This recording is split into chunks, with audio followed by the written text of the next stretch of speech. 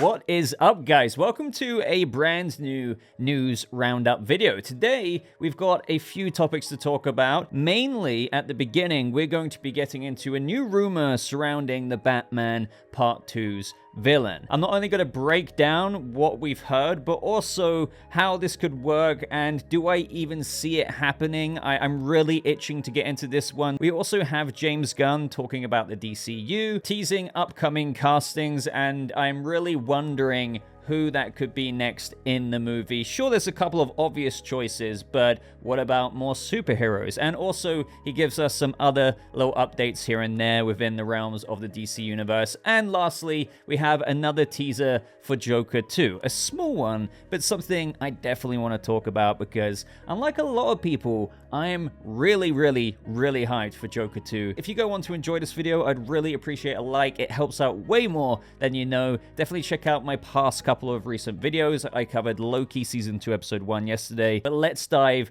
right into this. So the first thing, as I mentioned, is the Batman Part 2. And the rumors and leaks, if you will, surrounding the villain or villains is always a very interesting topic to discuss on this channel because A, I love Batman, but B, just who is Matt Reeves going to choose for the sequel? Now, you may have heard about Clayface for a while, but there has been another popular casting, or character, should I say, that people have been talking about for a while as well, that sometimes isn't as much in the spotlight as Clayface has been. So a lot of you have been tagging me to talk about this. I saw it everywhere on Twitter. People, mutuals, other accounts, outlets were reposting. So this time it surrounds none other than Hush. So this comes from the Hot Mic with Jeff Snyder and John Roker. Now, John Roker reads out a viewer chat asking if there's been any news on the Batman 2 worth reporting. This is where Jeff Snyder answers the question, or the question is more posed to him because Jeff Snyder is a reporter. He's been in the industry for a long time. His track record is definitely more valid than that of the scoopers, these scoopers we've been on about from time to time in previous videos. But enough, rambling. Let's actually see what he had to say. So he says, I don't know what some scooper in Nebraska has said. I don't pay for anybody's Patreons. I don't know what's been said on Reddit. I have no idea. And just to interject there, I find it funny he says that because he's kind of aware, as per what I was just saying, you do get a lot of people out there saying a lot of things, and then a lot of the audience react accordingly, being like, oh my god, this is happening. So he's saying this isn't coming from what he's heard from any of those places that pop up every other week. But he goes on to say, is there a rumor that the villain is going to be Hush? Maybe that rumor exists, but I don't know if that is accurate in the least. I don't know if someone else has put it out there. I have no idea, but I have heard whispers of a Hush. So guys, let's break this down. Let's get into a little bit of a deep dive, some theories in there, and how I actually think this could work. And could it actually happen? I don't know, but maybe. So let's wind back the clocks just for a second here. One thing I want to mention before we get into how I think this could go down is that in a previous interview with Matt Reeves, and I think a lot of people forget little details like this, when he was asked about what villains he would love to bring into the future movies, he responded that there are so many, and I don't know. I think Hush is a really interesting one to do. I'll say Hush, but that doesn't mean that the next one will be Hush. Sure, he did leave it off by saying that this was around the time the Batman movie was releasing, or it had released, and there was, more and more interviews coming out. But it's safe to say that Matt Reeves, especially when you look even broader, is very fond of Hush. We've also covered something else a while back in a Leaks video I covered that claimed that also last year when I was in Ireland for an event regarding comic artistry, I got a glimpse of Mattson Tomlin. Then we were asking him different questions. Someone from the crowd asked him about the Batman 2 antagonist. He just smiled and said, do you think it's by coincidence that we are here on this bridge? And that one always intrigued me. I don't know if anyone else was at that event or whatever, but if that's true, that is like, I was always a bit, would he really say that? Because fans might know what that is from Batman Hush. And then lastly, just to toss one more thing in here, if you guys remember after the movie in the credits, it pointed us back to rattlada.com where you could solve some more Riddler puzzles. And a lot of people are now bringing this up ever since this Hush rumor has resurfaced again. Solving some of these these riddles, on top of getting a Riddler file to download and get a bunch of information from the movie and image files, one of them also displayed a page and revealed a video flashing Hush from Thomas Wayne's campaign video. Not like the whole campaign video, it was like edited down to mainly feature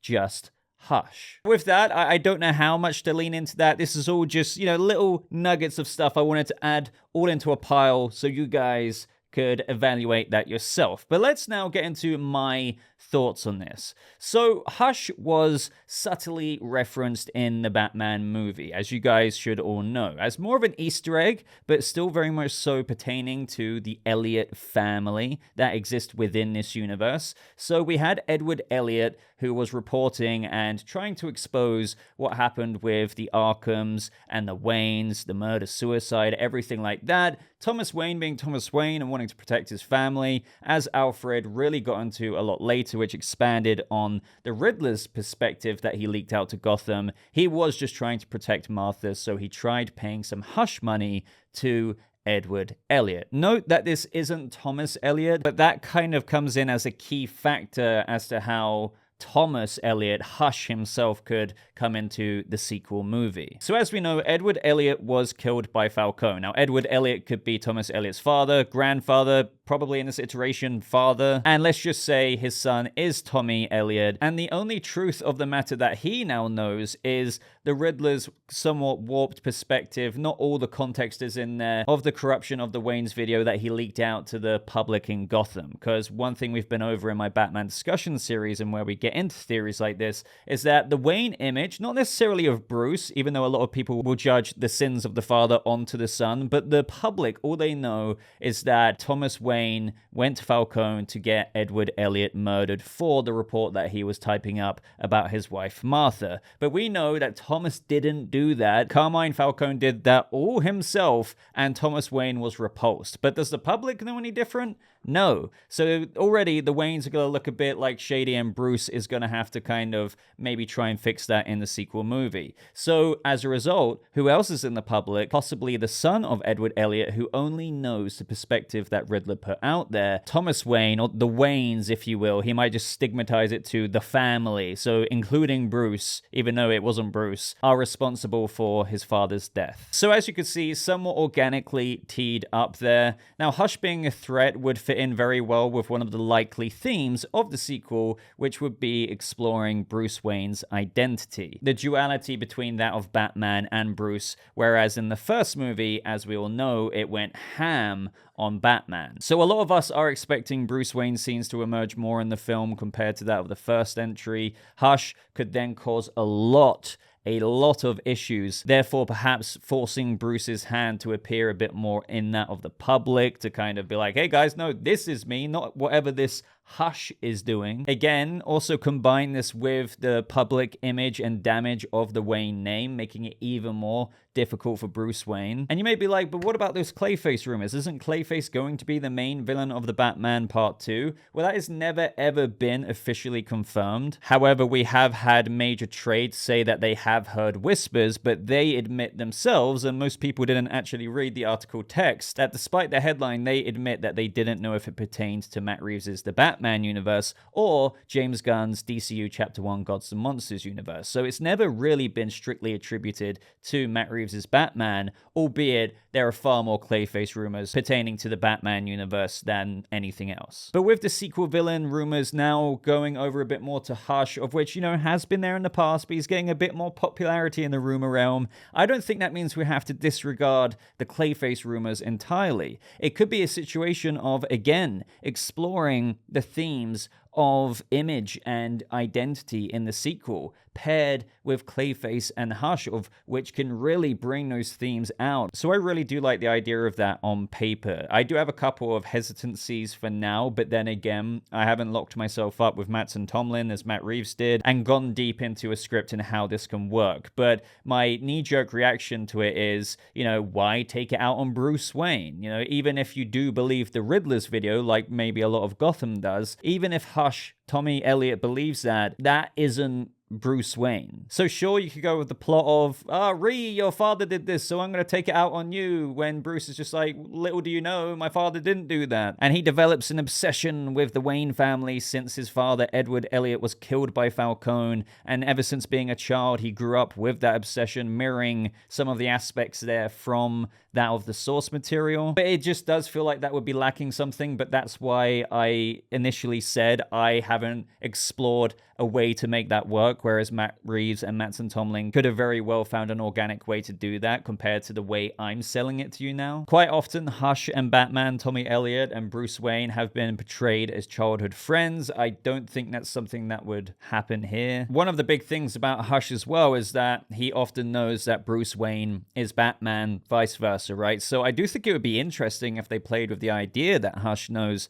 Bruce is Batman and he could want to dismantle Bruce Wayne's life, but not right away. So he makes things very difficult for not only Batman, but Bruce Wayne throughout the course of the second movie, enjoying the torture of putting Bruce in a very, very awkward position. But then again, that theme was ever so slightly touched upon in the first Batman movie, where even though this wasn't the case, Bruce thought that Riddler may have known that he was Batman, which didn't turn out to be the case, but he was crapping himself in that interrogation room. Another thing is, let's just say, what if both Hush and Clayface is true, as we've briefly explored here? As I've said before as well, with Reeves likely walking the line of fantastical with Clayface, so not necessarily going all out blob monster as I've gone over many, many times before, but in this example, working in conjunction with Hush, there's a prosthetic mask he uses to look just like Bruce Wayne, infiltrate Wayne Tower, or do something similar like that, in a very unrealistic way, but even then, look how different Colin Farrell looks under the Penguin makeup. So I do feel like Reeves would possibly bend the line there of what is actually believable with face prosthetics, somewhat reminiscent to Tom Cruise in Mission Impossible, and that would be pretty crazy. So all in all, guys, we are left with who knows? Who knows if there's any truth to Hush being the villain of the Batman Part 2, if there's any truth to Clayface being the villain, or if both of them are somewhat working together in the second movie. Because again, in the first movie, you had Falcone, Penguin, and the Riddler. This time round, sure, we're going to have Penguin, but we're going to have like a new Rogues Gallery character, but you're not going to have like Falcone there as well. Maybe they are going to leave room for like a couple of Rogues Gallery characters or more to also operate in the movie, possibly together. Think also how in The Dark Knight, for example, you had Joker as like the main poised up villain, but you also had Harvey Dent's Two-Face in the movie as well, with the actual origin and with him living long enough to see himself become the villain, if you know what I mean. So never rule anything out. Would love to know your thoughts. Rumors are out there, and I can't wait to see if any of this turns out to be true. So after the Batman ramble, now we've got some DCU little updates that I wanted to include in this video before we move on to the Joker stuff. So first of all, we have James Gunn replying to a fan on Threads, and this user asks, do you have your finger on the trigger waiting to announce more legacy castings as soon as the strike ends? And he leaves like 3 emojis, kind of like, hopefully soon, because if you didn't know already, the strikes are still ongoing with the actors. SAG is negotiating with the AMPTP right now. It is unfortunately taking a bit longer than what some of us expected. Like, they met a couple of times, but they're now leaving the weekend to work things out internally before reconvening on Monday. So hopefully things will be done soon. As I said, hopefully before Halloween. But the main thing here is that he is agreeing that he has his finger on the literal trigger of announcing quite a few Superman legacy castings. This makes sense as to what we've gone into before with right before, I think even the day before the SAG-AFTRA strike happened, the actor strike, he literally announced multiple castings, like get it out there. Hey, here's Isabella Merced, here's Eddie Gathegi, here's Nathan Fillion as Guy Gardner. So who is this going to be? Let me know your thoughts down in the comments below. Do you think it's going to be Martha Kent, also Jonathan Kent? Do you think Jonathan Kent's going to be alive in this continuity of Superman? I personally would like to see both Kents there this time. Also, there's Lex Luthor, there's Perry, there's Jimmy Olsen. I think we're going to get those castings. But another thing I want to turn to you, on top of Hawkgirl, Metamorpho, on top of Guy Gardner, on top of Mr. Terrific, do you think there's going to be more superheroes that are a part of these castings that James Gunn has got his finger on the trigger for to be announced as soon as the SAG-AFTRA strike ends? Let me know if you think there's going to be more down in the comments below. So up next, James Gunn talks about Batmite, with this user saying, will Batmite be in Season 2, James Gunn, of Peacemaker Season 2? And you may remember me talking about this in my previous video because I mentioned that there was a theory going around out there that because James Gunn said this previously to this user asking, will Season 2 of Peacemaker take place in the new DCU/new continuity, or will it at least be addressed? And James Gunn says yes and yes. So yes, it's taking place in the DCU, and yes, it will also be addressed as to why it's gone from DCEU to DCU. So this got a lot of people thinking, well, okay, could a character address that? And Batmite has been referenced by Steve Agee's John Economos in Season 1 as a real character, and James Gunn has also out there in comments said that Batmite is a thing in the DC Universe, with how powerful that character is and how you can, honestly, if you're a Peacemaker fan, imagine that character popping up, especially in a fantastical DC Universe where we're going to have freaking aliens, lanterns out there in space, Superman. So that's the backstory behind this, and he says, as much as you know, I love Batmite, no. So whatever he meant by yes and yes to the comment of, will it at least be addressed? However, Peacemaker in Season 2 is going to address the new continuity of the new DCU under him and Peter Safran with Gods and Monsters isn't going to be through Batmite. So I guess I would love to know your thoughts there. I did say in my previous video, if it's nothing to do with Batmite related things, I was thinking maybe it's just going to be a one-off line from one of the characters, maybe a bit of a meta joke. So up next, James Gunn briefly talks about Superman Legacy, saying most future DC projects will be shot largely in London, with that massive expansion they're doing, heavily committing to DC Studios. We spoke about that a little while back, which I'm tempted to go up to London and just be like, oh, okay, let's see what I can peep with regards to some DCU production. It says Legacy is being shot in many places across the world, but our home base is in Atlanta. So a lot of people took this to mean what we heard, and Atlanta is something we've heard way back, I think, from May,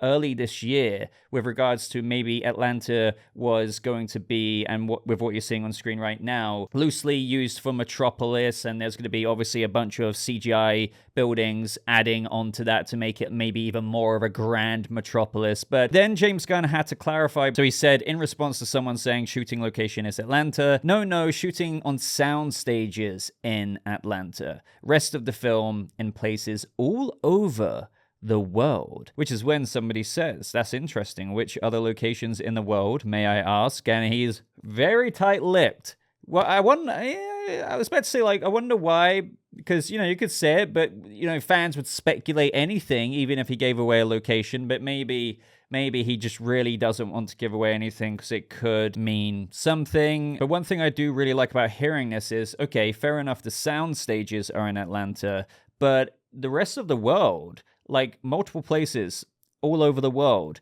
could mean quite a bit of on-location shooting, which is only a great thing when you're making a film. It makes it a bit more difficult, but there's nothing more authentic than actually being on location as opposed to, you know, relying on some kind of screen or the volume. Now, I love the volume because, for example, Greg Fraser and Matt Reeves made that work beautifully with the Batman, but then you look at something like Thor Love and Thunder, in where a lot of fans recognize that they didn't really implement the best use of that. There was just something about it that looked really off. Finally, for this video, guys, a little Joker 2 update. Nothing crazy, but we got a new photo. Now, you guys know me. I can talk forever and probably spend a whole video just talking about a single image. Things like this do really excite me. I know there's going to be comments on this video saying, oh, I'm not excited for the Joker 2 because it's, you know, rumored to be having musical numbers in it, this, that, and the other. But right here, we see Arthur Fleck. Let's just talk about the image. And there's a lot of rainfall. There is umbrellas in the background with kind of the clowny Joker colors. What I will say is that I do think that this will be a scene potentially of him at Arkham. It's not exactly like he's wearing inmate clothing right there. The other images we've got of him before is him being shaved, likely in Arkham from what we can tell of those images. Him with Harleen Quinzel. That image you're seeing on screen right now could also be in Arkham, but also after she's helped him escape from the Gotham courthouse and where he's on trial for the crimes he committed during Joker 1. But as you guys know, with Joker 2, it will have musical numbers in it. So I wouldn't be surprised if this is a snapshot from a musical scene in where those umbrellas that you're seeing get fairly heavily involved, somewhat similar to that of Singing in the Rain. Now, this is something that a lot of people are saying. It kind of feels obvious if we know there's music in the movie. This seems to be quite a dramatic scene. You can imagine them taking this opportunity to make quite a number, especially when you take into account that some of the musical inspirations in the movie are based off of Judy Garland. We've heard Lady Gaga sing that. So Gene Kelly wouldn't be a stretch from the imagination at all. And I really do think that is what could be going on here. And Arthur, of whom is very musically connected, that's something I've gone on and on and on about here on the channel to try and say how Todd Phillips in the behind the scenes of the first movie has spoke at length in how he wanted to make that apparent in Arthur Fleck throughout the first film. So in addition to Judy Garland's That's Entertainment that they're going to be singing in the movie from what we know from set photos and videos, I really wouldn't be surprised if they have other classical songs like Singing in the Rain and God knows what else, of which Harleen and Arthur Fleck potentially bond over in Arkham Asylum. I have to admit, though, there's all kinds of questions that I have. If this is in Arkham, why are all these people like escorting Arthur somewhere? You could say that it's because he's a prisoner, and beneath the crop-off point of this photo, he could be in handcuffs, but then why are these people or guards or whoever they are having such colorful umbrellas? Is that really the case, or is this just a part of his imagination and where he's gonna, then transform it into that of a Singing in the Rain dance scene and where maybe they're not actually that colorful? I don't know. I have lots of questions, and again, I can speak about this forever, but we're gonna have to wait and see. But little nuggets like this make me very excited. And I think you eventually will be excited as well if you're one of those people like, Joker 2, not necessary in the first place, but a musical? Yeah, I'm out. So no, just you wait. I think you'll come around. But that's everything from me today, guys. After a lot of rambling, I would love to know your thoughts down in that comment section. Leave a like on the video if you did enjoy it. I'd really appreciate that. It just helps me get out there in the algorithm a little bit more. Do consider subscribing for more videos like this, news updates, reviews, and breakdowns. But until next time, ladies and gentlemen, thank you so much for watching. I hope you have a lovely rest of your day, and I'll see you guys in the next video. Goodbye.